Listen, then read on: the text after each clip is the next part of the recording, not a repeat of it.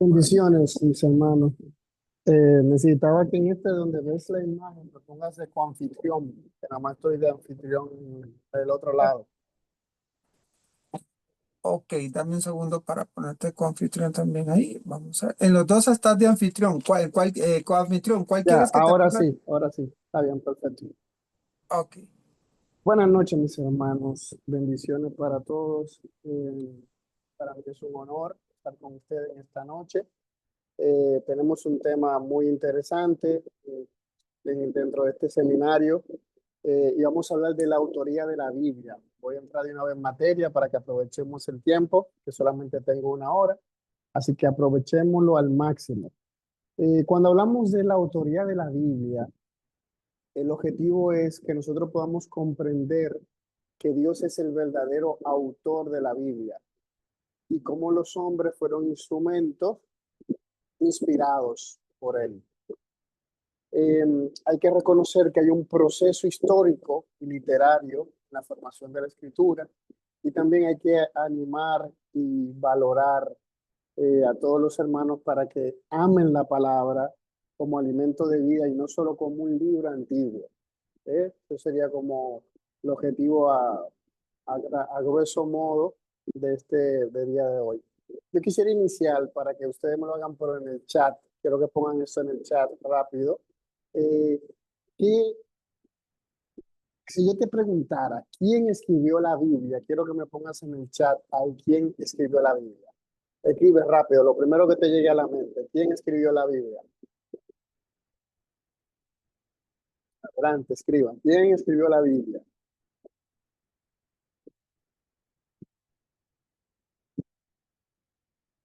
La iglesia, hombres.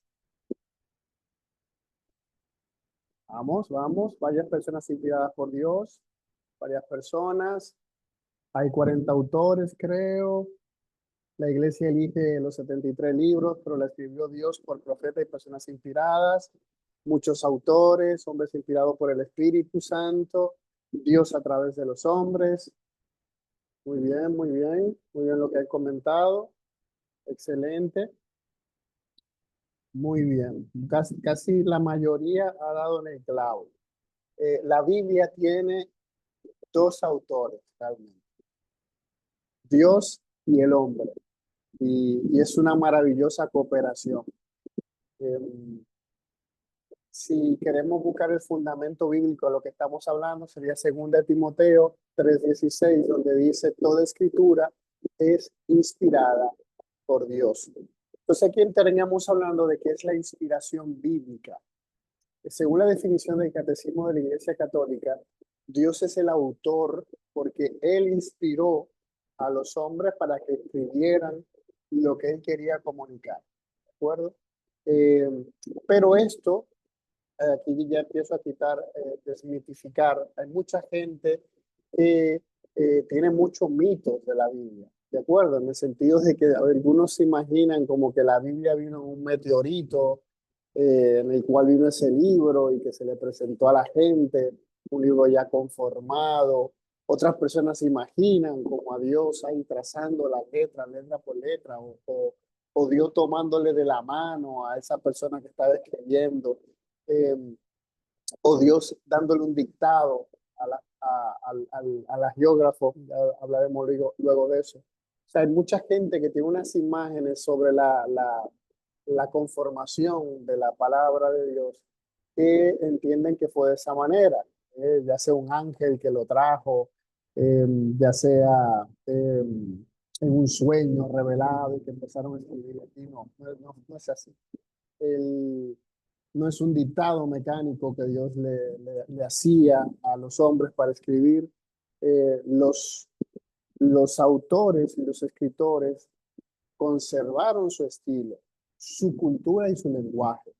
Y esto es muy importante porque es parte de lo que nos ayudará a la interpretación. Ustedes ya tendrán temas sobre interpretación, pero esto es la base. O sea, si yo no tengo claro de que no fue un dictado mecánico que Dios le hizo y que los escritores siempre conservaban su propio estilo, estaban permeados por la cultura y el lenguaje que ellos manejaban.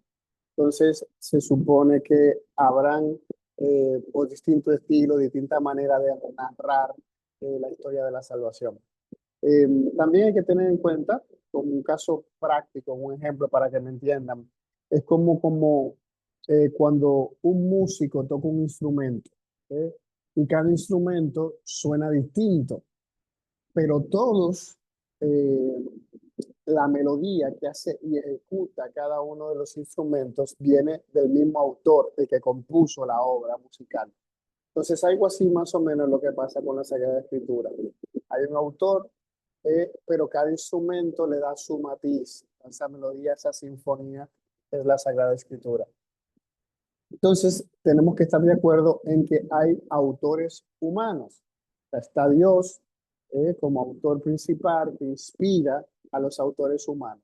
A estos autores humanos que escriben o ponen por escrito lo que Dios quería que ellos pusieran por escrito, es lo que le llamamos los agiógrafos, que son escritores sagrados. Es de una palabra griega, agio significa santo o sagrado, y grafos de escritor. Y escribieron en contextos distintos cada uno de ellos. Por poner un ejemplo, se suele atribuir la Torá, que es el Pentateuco, a Moisés. Son los primeros 5 libros de la Biblia. Tenemos a los profetas, que en medio de guerras, exilios y esperanzas, compusieron en distintos momentos, distintas épocas. Tenemos a los evangelistas, que ellos también narraron la vida y obra de Jesús. Y tenemos como San Pablo, que escribió cartas pastorales a las comunidades.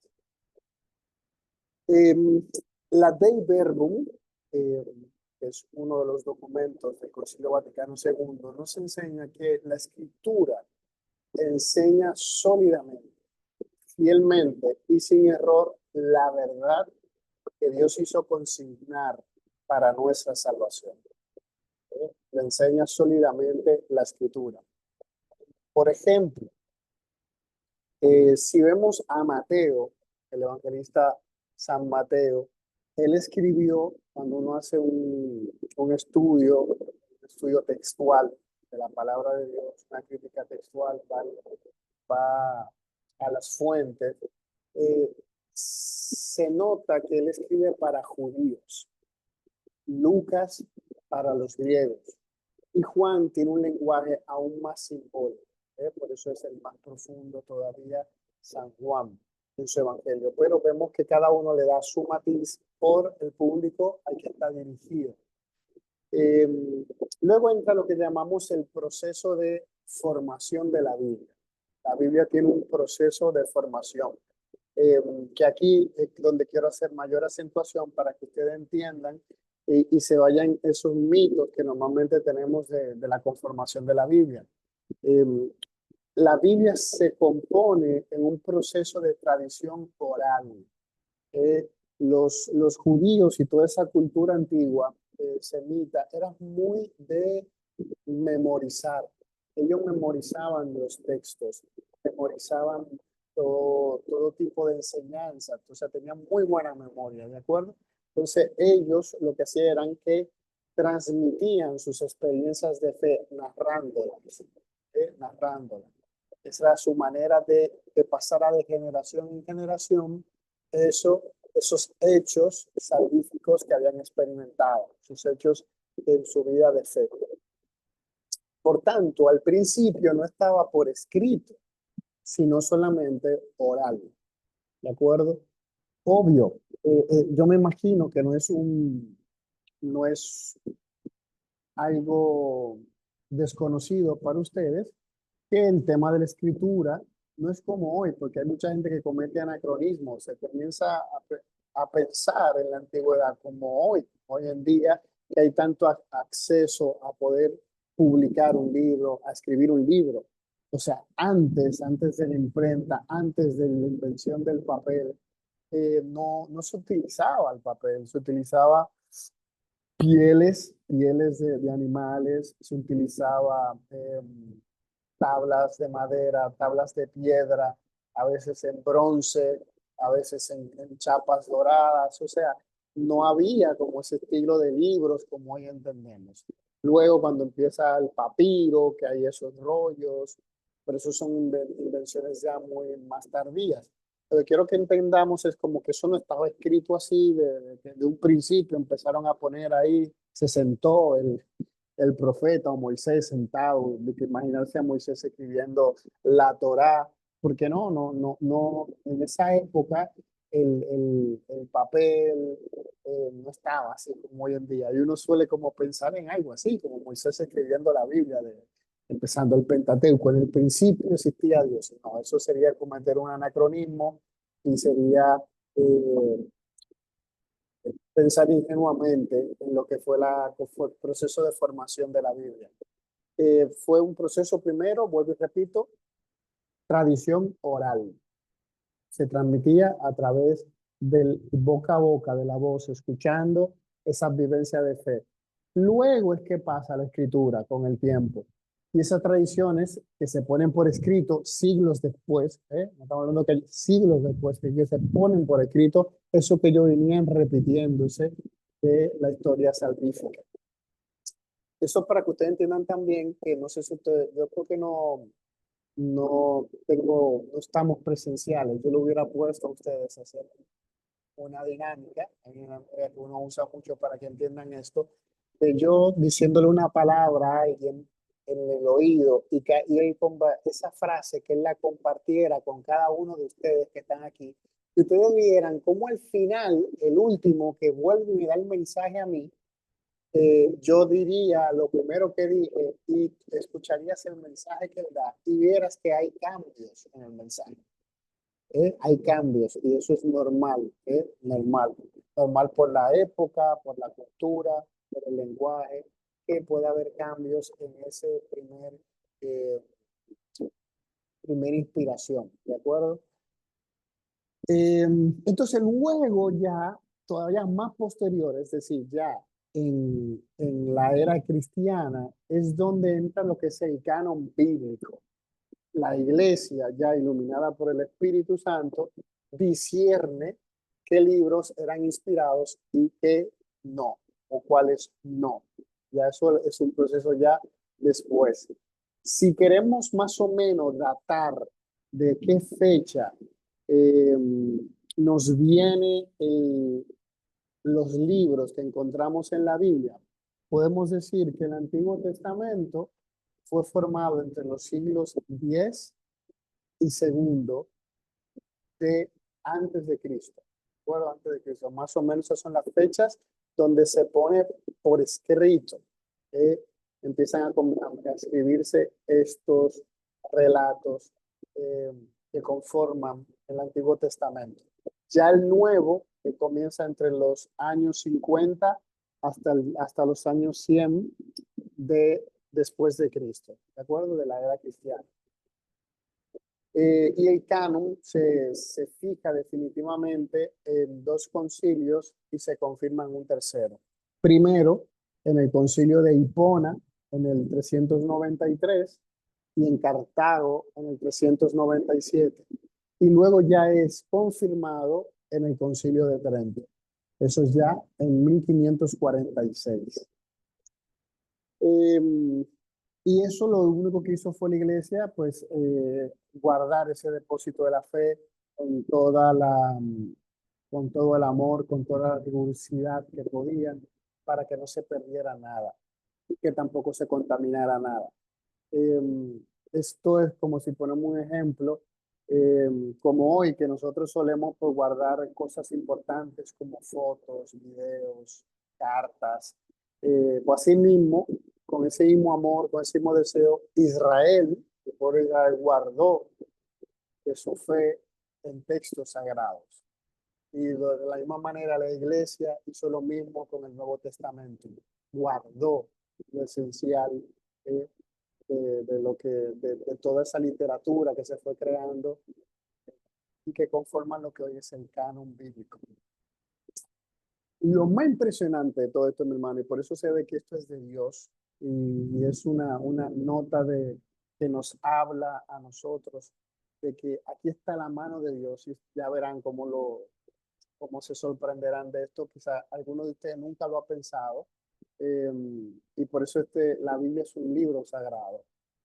Eh, Hay una unidad en la Biblia, o sea, lo más impresionante es, ustedes lo saben, la Biblia tiene 73 libros.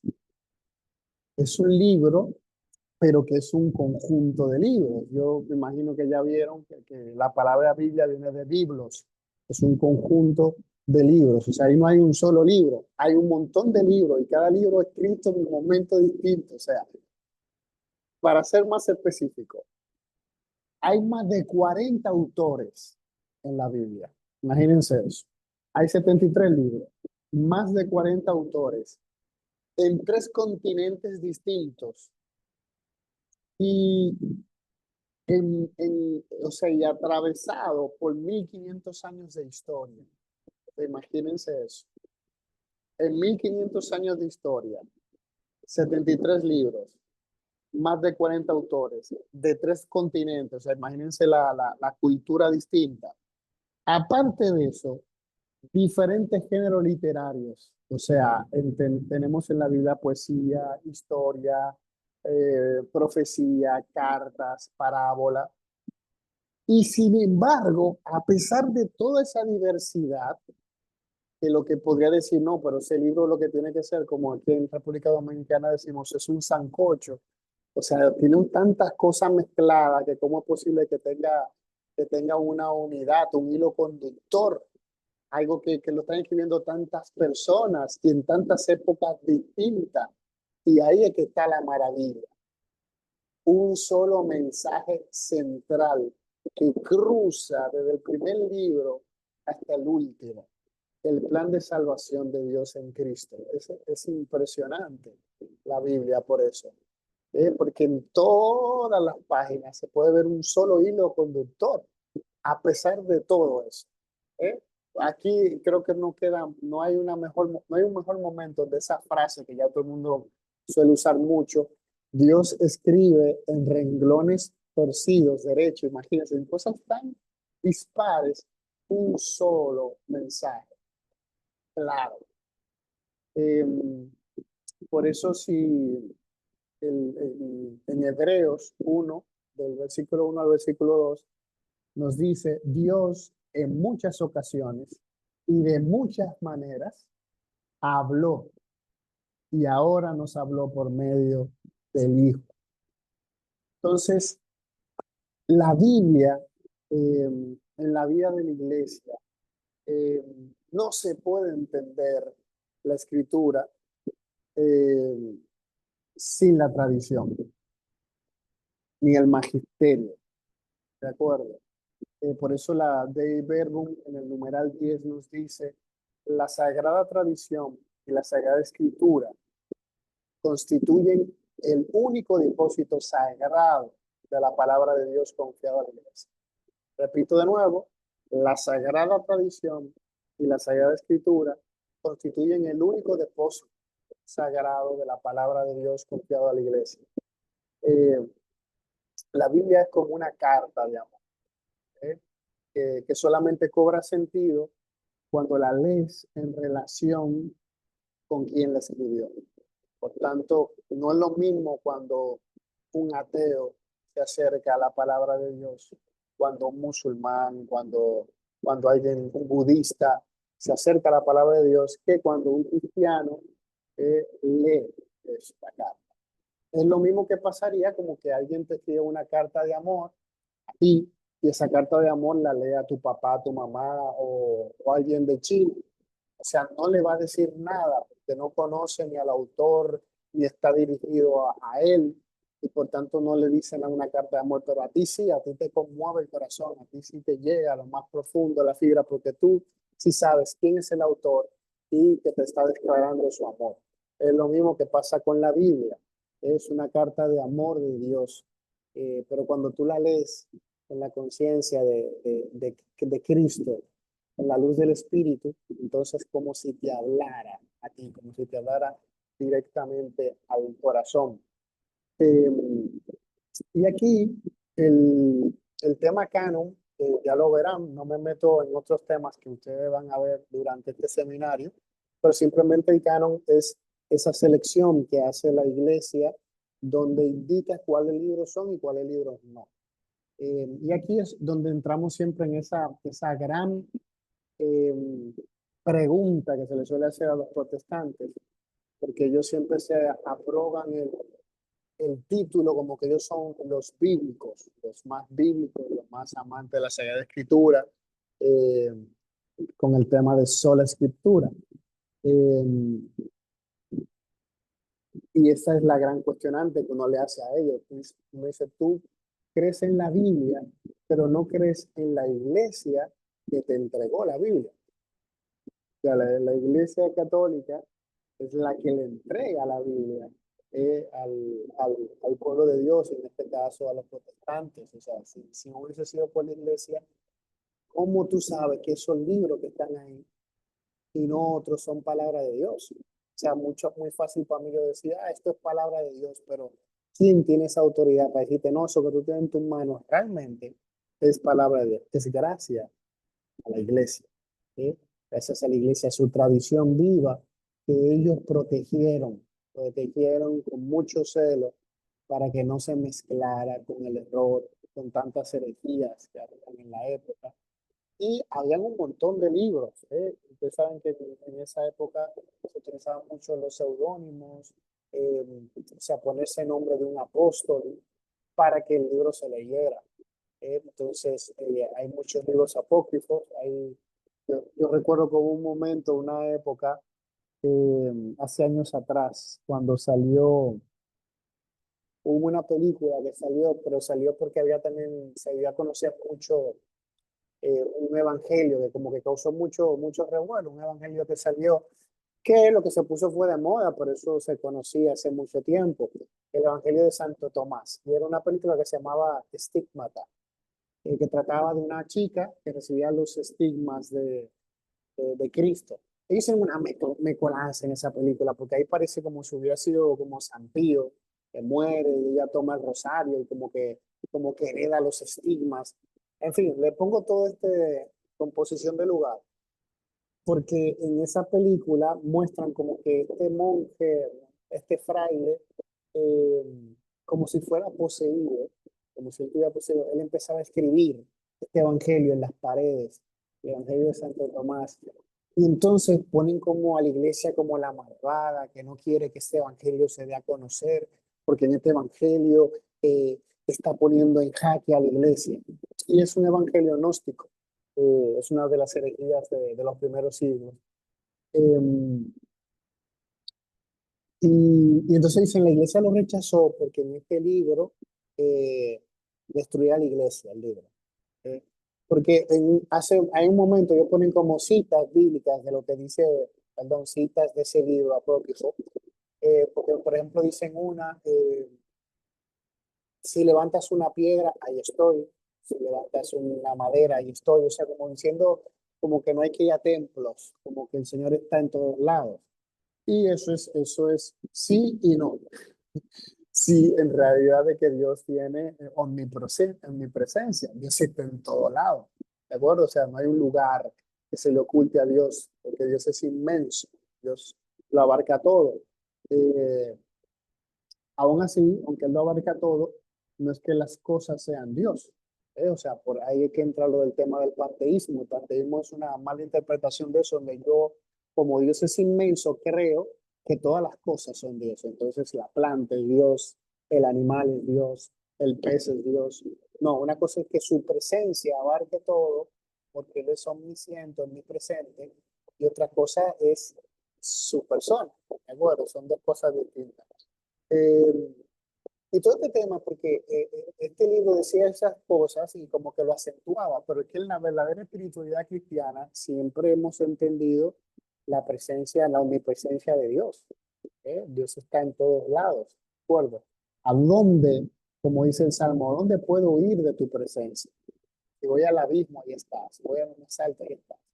Eh, eh, Eso por un lado. Por otro, también este evangelio apócrifo llevó a muchas personas pues, a perder su fe, que acentuaba ese tipo de cosas que si tú no tienes conocimiento de tu propia iglesia, pues obvio, puedes flaquear y soltar la toalla o dejarte caer en confusión. Entonces ahí en la película eso ponían la iglesia como mala, como que quería ocultar este evangelio. Y a mí me causaba gracia, porque es que siempre la iglesia, o sea, los libros apócrifos siempre han estado para cualquier persona puede acceder a un libro apócrifo, o sea, en bibliotecas donde hay bibliotecas de Sagrada Escritura, siempre van a estar los tomos apócrifos, porque aunque no son libros del canon, o sea, libros que pertenecen a la Sagrada Escritura, a la Biblia, son libros contemporáneos, o sea, libros contemporáneos que escribieron herejes o sectas de la época, pero de alguna manera tienen partes de verdad, porque por ejemplo mencionan a Cristo, mencionan la historia de la salvación, cada uno con sus detalles, ¿eh? Porque en este evangelio, por ejemplo, de Santo Tomás, otro detalle que tiene, evangelio apócrifo, siempre, Judas no es malo. Judas, Judas es bueno, Judas es alguien que está llevando a Jesús a su misión. O sea, él no es malo. Ahí lo presentan de otra manera a Judas. Eh, y también del Evangelio Apócrifo es que este libro que también fue muy famoso, eh, que yo recuerdo, yo a veces le hacía mucho bullying a los que lo veía leyendo, el Código Da Vinci, en el cual hay un evangelio donde pone a la Virgen, perdón, a Santa María Magdalena como si fuera pareja de Jesús. Eh, y yo le relajaba ahí mucho a los que lo leían porque es un libro grueso. Y yo decía, mira, para leerte ese libro, ahí te pasa todo el tiempo, pero la Biblia no.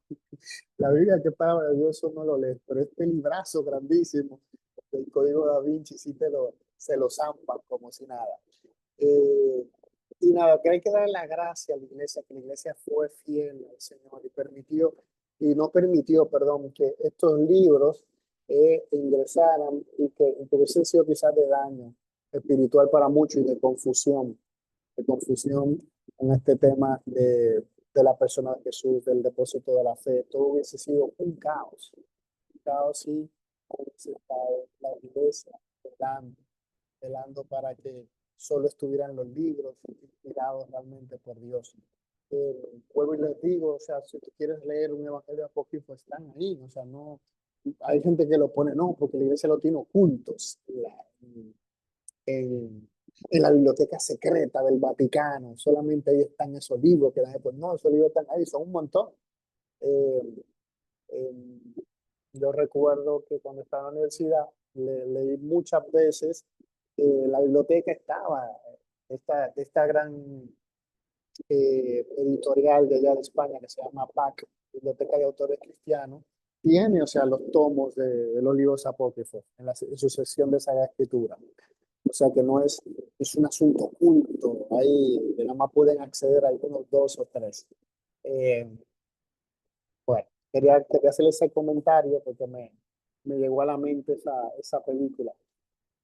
Entonces, en este tema de la autoría no basta simplemente saber cómo se escribió la Biblia. ¿De acuerdo? Mucha gente a veces nada más nos quedamos en lo estudio, nos quedamos en la formación, nos quedamos solamente en lo teórico, en lo doctrinal. Todo lo que es doctrina siempre tiene que descender a la praxis, a lo práctico, a lo real, al mundo en el que vivimos. No solamente quedarnos ahí, solamente en elucubraciones. Y por eso no basta simplemente con yo saber cómo se escribió la Biblia, sino que yo tengo que vivirla, tengo que vivir la Biblia. Entonces yo tengo una propuesta para ti, mi hermano, en este día, ya que estás participando en este seminario, escuchando este tema del día de hoy. Yo te propongo lo siguiente, que tú leas todos los días un capítulo diario. Te propongo esto porque yo lo hice, yo leí 2 veces la Biblia entera, porque hacía esto. O sea, yo empecé a leer la Biblia capítulo a capítulo cada día, un capítulo.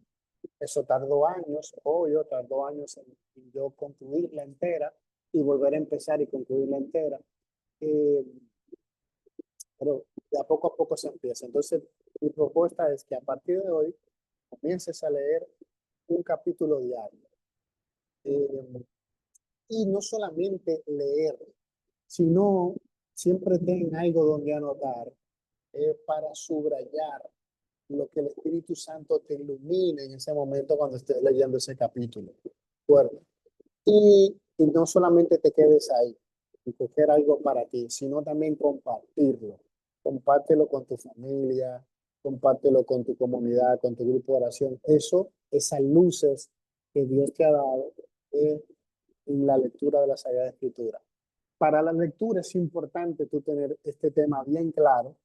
Eh, yo por eso te hice mucha acentuación en el tema de los autores, más de 40 autores de distintas regiones, escribieron 73 libros. Eh, hay muchos figuras literarias que hay en la Biblia. Eso te va a ayudar a que cuando tú la leas, eh, no, no cometas lo que le pasa a muchas personas que se vuelven fundamentalistas, más los protestantes. El fundamentalismo es yo creer que la Biblia la tengo que tomar literal, en su literalidad. Y eso a veces afecta en la comprensión del mensaje, porque yo no estoy tomando en cuenta que se escribió en un momento histórico concreto por un personaje, un autor que tenía su propia psicología, su propia cultura, su propio lenguaje, su propio estilo de vida. Entonces todo eso afecta a eso que él está poniendo por escrito. ¿De acuerdo? Porque acuérdense que no fue un dictado mecánico, no era Dios ahí dictándole en el oído y él escribiendo sin más, sino que Dios le inspiraba las palabras que él tenía que poner por escrito y muchas de esas palabras que estaban poniendo por escrito ya lo reciben de la tradición, lo reciben de esa tradición oral. Y en el momento que toca, pues lo pasa por escrito. Y ya te comenté las cosas que pasan con la tradición oral.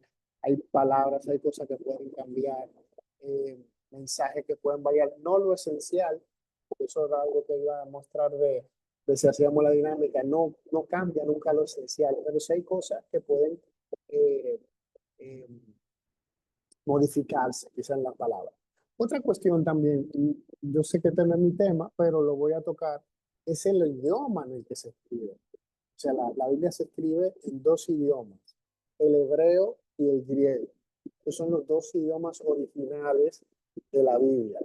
Tanto el Antiguo Testamento como el Antiguo Testamento está escrito en los dos idiomas, porque tenemos la Biblia, la Septuaginta, la Biblia de los 70, que pasa al griego toda la Biblia que estaba en hebreo.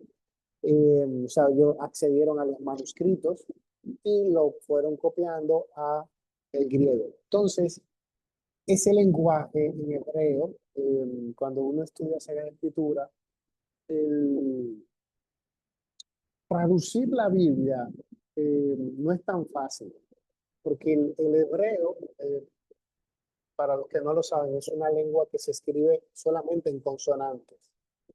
Y se lee de derecha a izquierda. O sea, el libro se lee al revés. Eh, Aparte de eso, el hebreo después, años después, es que se le ponen los signos, que fueron los masoretas, le ponen unos signos al hebreo para poderlo pronunciar, es decir, las vocales. Por eso el tema de, por ejemplo, el nombre de Dios, eh, como en un principio llegaron a cometer el error de ponerle Jehová, sobre todo los protestantes, era debido a esto. O sea, el nombre de Dios, por ejemplo, ni siquiera los masoretas se atrevieron a ponerle los signos para las vocales, ¿eh? Las vocales para la pronunciación. O sea, esto es para explicarle un poquito esto, es que los judíos, el idioma hebreo es como si fuera en clave, o sea, está en consonantes, pero ellos tienen como la clave de la pronunciación, porque ellos tienen la clave de agregarle las vocales a esas consonantes. Entonces, cuando está el nombre de Dios, lo que llamamos el tetragramaton, que son esas cuatro consonantes del nombre de Dios, que si la transliteramos sería Y, H, W, H. Cuando se hace esa traducción en español, ellos no le ponen las vocales por respeto al nombre. Los judíos respetan muchísimo el nombre de Dios, no lo pronuncian, por eso ellos hacen giros cuando tienen que mencionar a Dios, el Altísimo, el Ayón, Adonai, el Señor, Elohim, Dios, eh, Shaddai, el Todopoderoso, o sea, todos, el Eterno, ellos siempre hacen ese tipo de giros para no mencionar su nombre, o sea, decir el nombre de Dios. Y cuando está escrito, se ven las letras, pero ellos no la pronuncian, sabe que ahí dice el nombre, entonces ahí lo cambian por Adonai, que es lo que pasa también en la Biblia de los 70, ellos no se atreven a pronunciar el nombre ni a escribirlo, entonces la Biblia de los 70 lo que ponen es Kyrios, cada vez que va ese título de Dios, Kyrios, o sea, el Señor, para, para, para no pronunciar el nombre que es innombrable, el nombre sagrado de Dios. Y ahí si ven, ellos lo que hicieron fue agregarle de la palabra eh, Adonai y ahí le agregan Jehová. O sea, hicieron una traducción malísima, pero la traducción más exacta es Yahweh. Agregarle la A y la E a las cuatro consonantes del tetragramaton. Tetra, cuatro, gramaton, letras. Las cuatro letras.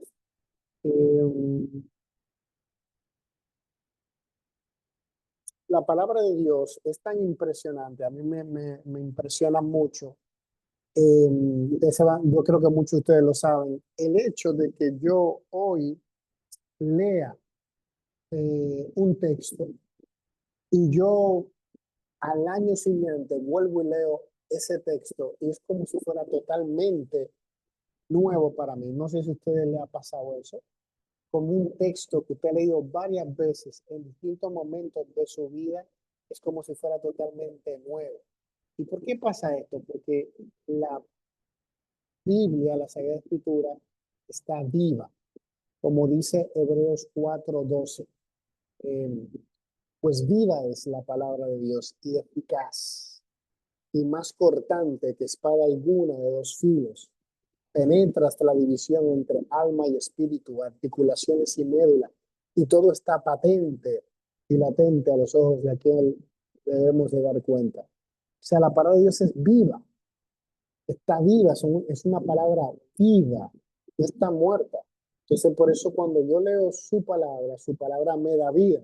Ahí recordaron ese canto que ustedes a veces hacen antes de leer el Evangelio, tu palabra me da vida. Y es así, la palabra de Dios al estar en viva, te da vida y vida en abundancia cuando la lees con un corazón lleno de fe. Eh, la Biblia, pues tanto, no es un libro, solo un libro que se escribió, sino que la palabra viva que hoy sigue escribiendo eh, en tu vida. ¿De Es una palabra que ya está escrita, pero sigue escribiendo en tu vida de fe. Eh, Decía San Jerónimo, y con razón, desconocer las escrituras es desconocer a Cristo. Porque ¿cómo es posible que vayas a conocer al, al verbo, al logo, a la palabra, si no es el libro que se compuso por él y para él? ¿Y cómo vas a aprender a amar la palabra si no lo tratas distinto? O sea, la Biblia no debe ocupar el lugar de cualquier otro libro. O sea, en tu casa la Biblia no puede estar donde están los otros libros, porque no es un libro igual que los demás, es un libro sagrado. Por eso es aplausible esas casas donde tienen la Biblia como un altar abierta, que le prenden velas, porque es un respeto que se debe a la palabra de Dios. Los dos tesoros más grandes que tiene la Iglesia Católica son esos dos: la palabra de Dios, la Biblia, y la Eucaristía, donde tenemos el alimento nosotros. Nosotros nos alimentamos de su palabra y nos alimentamos de su cuerpo y sangre. Entonces, eh, la iglesia reverencia la palabra. Es tanto así que si hablamos en términos litúrgicos, y yo me estoy yendo un chin del tema, pero en fin, en la liturgia eh, hay dos mesas. O sea, el ambón es una mesa, ¿de acuerdo? Es un altar también el ambón. Entonces hay dos altares, dos mesas, una mesa donde yo como el cuerpo y la sangre de Cristo, y hay otra mesa donde yo como la Sagrada Escritura, la palabra de Dios. O sea, tengo este doble alimento en la liturgia. Por eso liturgia de la palabra y liturgia eucarística. Está imitada. Eso fue algo que se rescató todavía más después de la reforma litúrgica de la iglesia, eh, porque toda la centralidad se llevaba a la Eucaristía, y con razón, pero sin la Sagrada Escritura no existiera la Eucaristía. Donde están las palabras que hacen posible este sacramento es de la Sagrada Escritura. Es más, todos los sacramentos vienen por la Sagrada Escritura. Por ahí que sabemos que tienen institución divina, gracias a la Escritura. Si no fuera por ella, no tuviéramos los sacramentos. eh, el origen divino nos viene por la palabra de Dios. Por tanto, la iglesia siempre tiene en gran estado lo que es la palabra de Dios. Pues ustedes ven cuando se va a leer el Evangelio, todo, hasta se hace una procesión con el evangeliario, se le echa incienso, se acompaña con velas, por la importancia que tiene la palabra de Dios, ¿de acuerdo? Porque la palabra de Dios es como si fuera Cristo también. Cristo, Cristo, palabra, hablándote al corazón. Entonces, mis hermanos, yo no estoy viendo el horario, pero quería dejarle un tema, eh, un momento de preguntas, que ustedes pudieran preguntar eh, o aportar a la clase. Entonces, cualquier pregunta, me lo escriben en el chat o levantan la mano y le abrimos el micrófono para que puedan hacer su pregunta. Veo aquí una pregunta en el chat. Alguien pregunta, ¿en cuál idioma se escribe? Yo imagino el hebreo. Bueno, es que el hebreo es un idioma, o sea, es una lengua antigua, el hebreo. Todavía hoy en día los judíos hablan en griego, perdón, en hebreo y escriben en hebreo, en hebreo. Eso es algo que yo todavía lo tienen hasta el día de hoy. Esto, o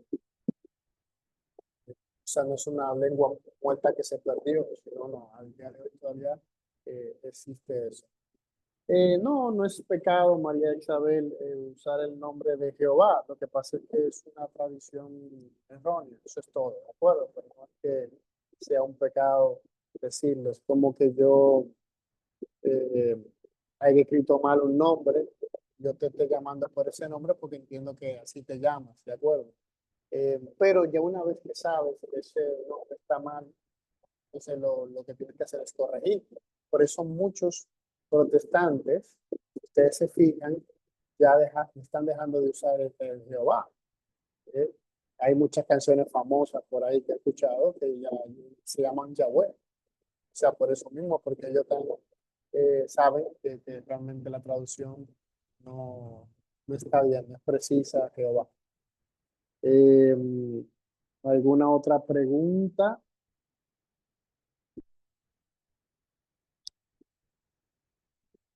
Pueden escribir por el chat o levantar su mano. Eh, Dice Víctor Cosme, ¿por qué somos tan atacados por los hermanos separados por no tener entendimiento de la palabra? No es que nosotros no tengamos entendimiento de la palabra, Lo que pasa es que nosotros los católicos em, hemos vivido un proceso histórico de, ¿cuál sería la palabra? Para mí es una palabra despectiva, de estancamiento, ¿será?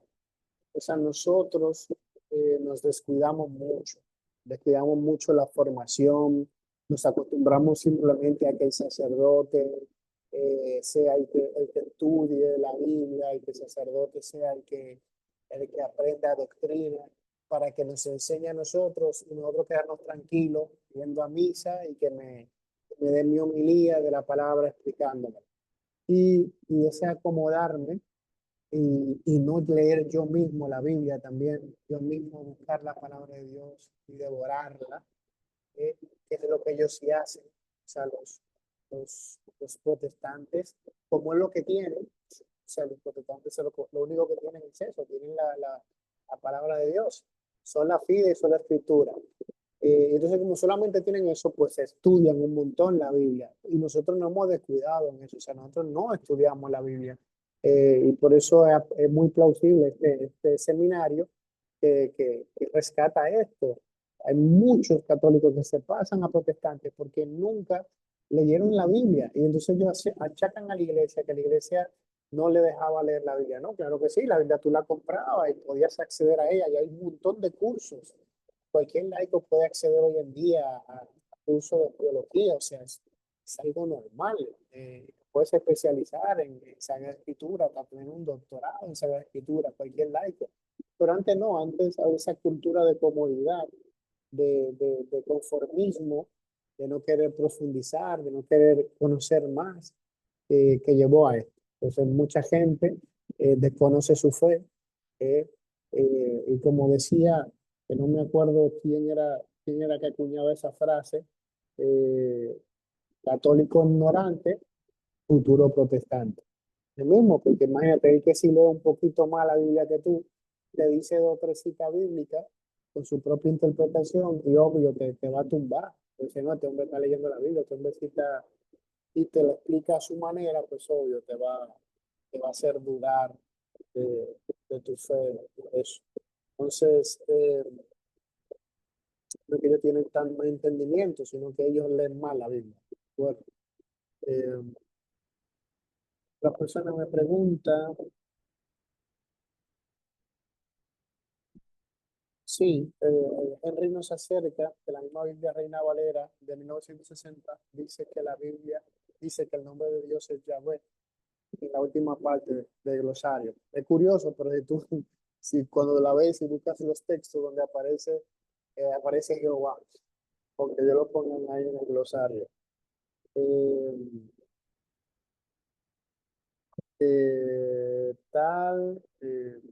no veo preguntas. Eso significa dos cosas. O que el tema fue tan claro que ustedes no tienen preguntas, eh, o que no se entendió. A ver, tengo aquí a Víctor. Víctor nos dice, ¿en qué momento se puede hacer una buena interpretación de la palabra? Hay pasajes bíblicos que a veces se interpretan literal y en otras se traducen. Entonces, ¿cómo podemos saber cuándo podríamos tomar un texto bíblico de forma literal?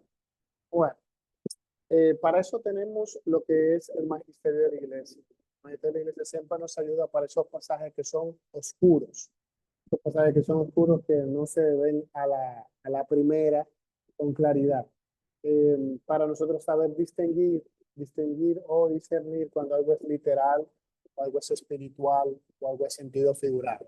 Por poner un ejemplo, cuando tomamos literal, por ejemplo, cuando se habla de la Eucaristía. ¿Eh?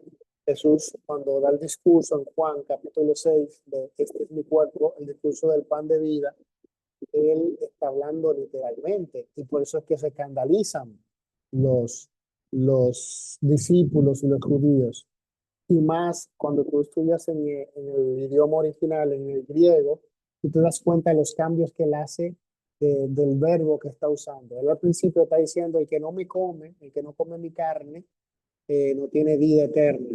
Eh, y yo ahora mismo no me acuerdo el término en griego, eh, creo que es fagei, que significa comer, y luego cambia a jotrogon, que significa masticar. O sea, él después dice, o sea, ustedes todavía me están creyendo que se lo estoy diciendo en sentido espiritual. No, el que no mastica mi carne, el que no me robe, que no me muerde, no entrará en el reino de Dios, no tendrá vida eterna.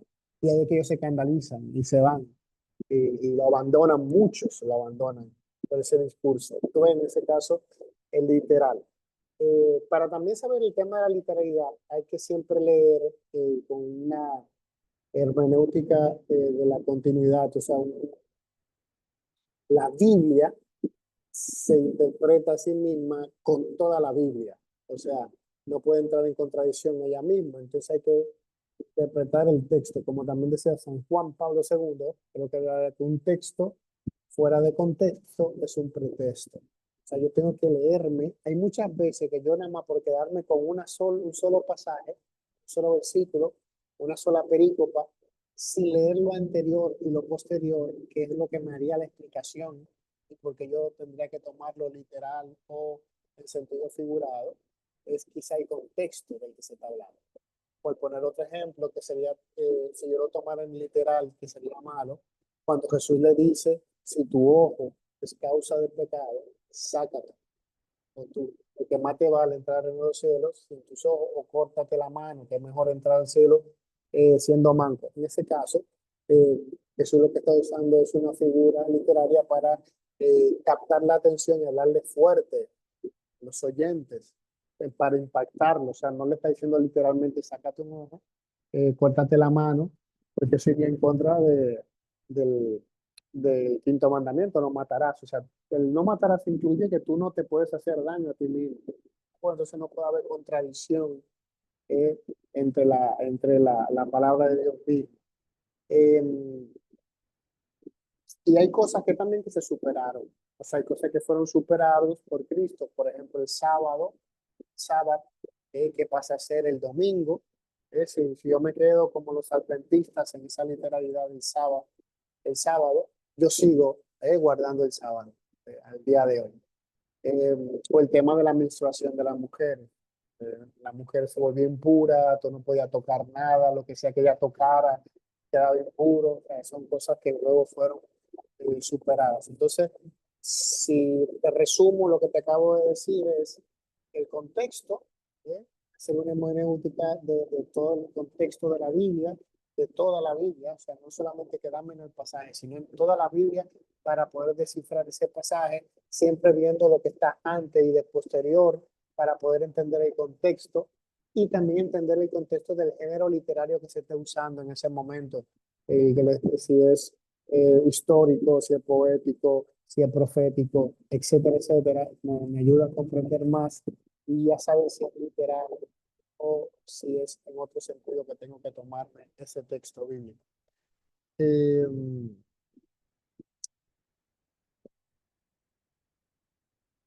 la Biblia no fue seleccionada en el año 382 en el concilio del Papa Dámaso.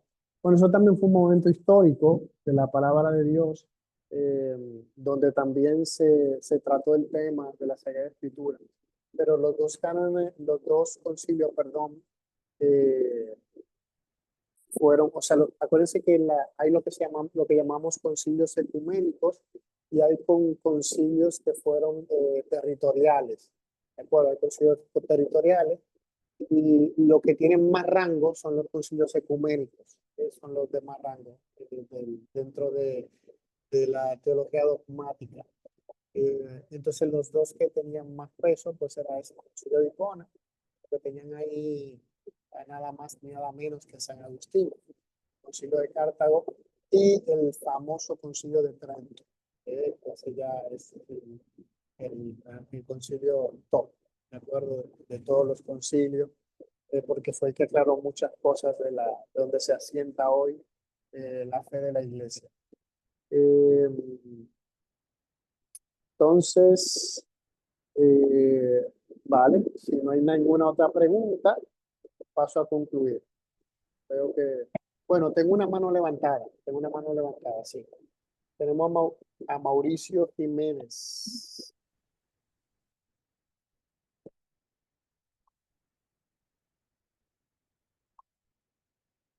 Adelante, Mauricio.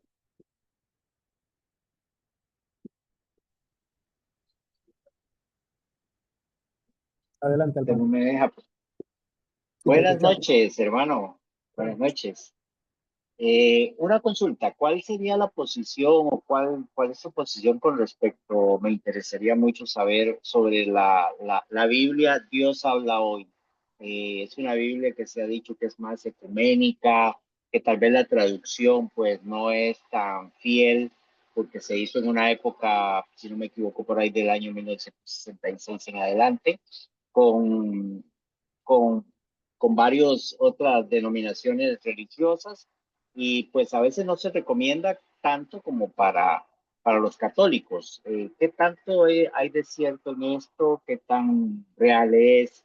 ¿O qué tan recomendable es esta Biblia para nosotros los católicos? Buenas noches. Ok.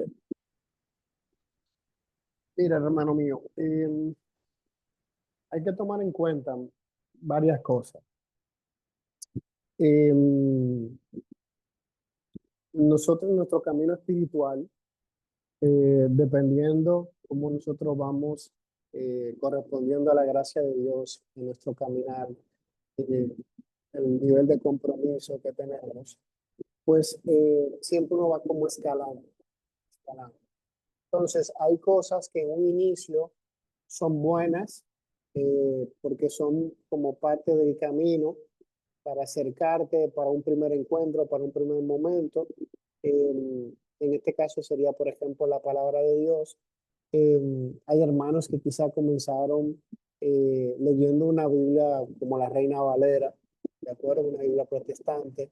Pero yo por su desconocimiento, yo quería leer la Biblia, querían tener la palabra de Dios y esa era la Biblia que yo tenía en la mano. ¿Eh? Entonces, eh, aunque haya Biblias que tengan errores en algún momento o malas traducciones en algún momento particular, hay muchos errores que tiene la Reina Valera en muchos pasajes. Eh, pero no significa que toda la Biblia esté corrompida o dañada. Entonces, en un primer momento, ese acercamiento a la palabra de Dios, pues es bueno. Igual hay Biblias que son mejores que otras. ¿Por qué? Porque son mejores traducciones. Bueno, hay algunas veces que por yo hacer tan llano el lenguaje, por yo hacerlo tan digerible, pues entonces hago la traducción, la llano mucho y me voy alejando mucho de la literalidad de la Sagrada Escritura. Entonces, para una gente que está iniciando, no necesita una Biblia tan buena, por decir de alguna manera. Pero yo un ejemplo, cuando ya tú tienes un tiempo en el camino y tú quieres algo más sólido, entonces si ya esa Biblia no te funciona. No te funciona porque es una Biblia ecuménica, porque es una Biblia con un lenguaje muy sencillo, para que cualquier persona sencilla la pueda entender, porque ese es el fin de esa traducción de la Biblia. Y hay entonces otros niveles de Biblia, por ejemplo, por su literalidad. Por ejemplo, la Biblia que yo tengo, que me encanta por eso, por la literalidad, eh, se llama Bover Iglesia, porque fueron dos sacerdotes que hicieron esa traducción y es súper literal. O sea, me encanta porque, por ejemplo, en el Antiguo Testamento me mantienen los nombres en hebreo, da igual. O sea, por ejemplo, cuando menciona a Dios, dice Elohim. O sea, esa Biblia dice Elohim. O sea, esas palabras así de hebrea, te la deja literal. Tú te das cuenta a veces en traducciones que va más a lo literal que a la... Porque acuérdense, vuelvo y les recuerdo, eh, cuando el traductor de la Sagrada Escritura te está traduciendo la Biblia, él tiene que hacer una faena muy complicada. ¿Por qué? Porque él tiene que a veces intentar acomodarte algo de la época que ya significa una cosa, pero te tiene que usar otra palabra moderna que tiene que ver con lo mismo que está diciendo ahí, pero que en su literalidad no lo entenderíamos. Por ponerte un ejemplo, eh, hay una cita bíblica eh, del profeta Oseas que dice, cuando Israel era niño, lo amé, y de Egipto llamé a mi hijo, cuanto más lo llamaba, tanto más se alejaban de mí. Entonces viene este texto que dice, yo era para ellos, que diría la Biblia de Jerusalén, como un padre que se agacha a su hijo y tiernamente le daba de comer. O otros traducen, lo acercaba a mi mejilla. Hay otra traducción. La Biblia que yo uso dice, yo fui para ti como espuma de mar. Imagínate la literalidad que está usando, como espuma de mar, fui para ti, ¿sabes? Como para explicar la suavidad con que Dios trataba. Que fui como un padre, como espuma de mar, que me inclinaba hacia ti y te daba de comer. O sea, para que vean, se van a topar con Biblias así, donde una se arriesga más por lo literal, aunque parezca que perdiera el sentido, porque en ese momento histórico sí ellos entendían lo que querían decirle con esa palabra, y entonces ya el traductor tiene que adaptarlo a la época actual para que tú entiendas lo que quería decir. Por eso un poquito, es un esfuerzo muy grande que tienen que hacer. Hay otra Biblia muy buena, como había de Schrödinger, del un obispo de La Plata, de Argentina. También es muy buena esa Biblia. La de Jerusalén también. Hay gente que no le gusta las modernas, le gusta más las más antiguas de Jerusalén, por algunas modificaciones que han hecho en algunos textos. Eh, pero en fin, depende del nivel, el nivel en el que se encuentre la persona. Quizá una persona que esté iniciando ahora conociendo al Señor, que es la primera vez que se topa con la Sagrada Escritura, un Dios, una traducción Dios habla hoy le vendría muy bien. ¿De acuerdo? Y ahora quizá cuando ya empieza a profundizar en la Biblia, cuando ya empieza a estudiar más, ya esa Biblia no le va a funcionar. Entonces ya necesitaría una Biblia mejor. Eh, la Biblia también, una Biblia que es buenísima, también es la Biblia de Navarra. También es muy buena esa isla. Me encanta porque ellos hasta le ponen colores. Eh, no sé si ustedes han visto esa Biblia. Cuando son las palabras de la mismísima, eh, las mismas palabras de Jesús, o sea, cuando Jesús habla, es bonito porque ellos lo ponen en rojo. O sea, cuando Jesús está hablando él, o sea, cuando no es en tercera persona, no, cuando Jesús está hablando él, la pone en rojo. Y es bonito también porque hasta las palabras de María, cuando María habla, la ponen azul. Eh, por lo menos la edición que yo tuve en mis manos tenía, que eso es muy interesante. Eh, pero hermano que te haya podido responder. Ahí veo otra pregunta de Henry. Henry dice, disculpa la pregunta por desconocimiento. ¿Podría decir que el magisterio hoy en día es el catecismo o el magisterio actual es algún grupo de cardenales que se encargan específicamente de ciertos temas que no se especializan en los demás o ya está determinada por decirlo así? No, mira, el magisterio de la iglesia es el conjunto de documentos históricos que son extrabíblicos, es decir, que no están en la Sagrada Escritura, eh, que la iglesia ha producido a través de santos padres, de concilios, de documentos, de cartas, de encíclica. Todos esos documentos doctrinales son parte de lo que llamamos el magisterio. Además, hay hasta unos libros que, por ejemplo, se usa mucho el nombre de el, au- el autor que lo recopiló. Se llama, por ejemplo, el Dessinger. Ahí están citas por concilios de lo que sería como el magisterio de la iglesia, de todo en base a los temas que se trataron, que hay concilio, eh, tal carta, tal bula, etcétera, etcétera. Todo eso conforma lo que es el magisterio de la iglesia. O sea, son la enseñanza perenne de la iglesia a través de los santos padres, de los sucesores de los apóstoles, de los obispos, concilios, etcétera, etcétera, hasta el día de hoy. ¿eh? Espero que te haya podido responder, Henry. Muchísimas gracias. Muy bien. Yo creo, mi hermano, que ya me pasé del tiempo. No, no, no, Eh, maravilloso, maravilloso. Yo creo que los compañeros, si pudiéramos, seguimos, seguimos. Edgar, quiero agradecerte de verdad tu disposición. Quiero agradecerte tu siempre oportuno sí que das a estas misiones de evangelización, sobre todo que este tema de la Sagrada Escritura definitivamente tiene que marcar un antes y un después. Tenemos que enamorarnos de la Escritura. El cristiano católico tiene que volver a la Biblia, tiene que volver a la Biblia. Por ahí, hermanos, voy a pasarle a Edgar también ese archivito que tenemos por ahí. Quiero pasarles un manual que el Ministerio Apologético Don Bosco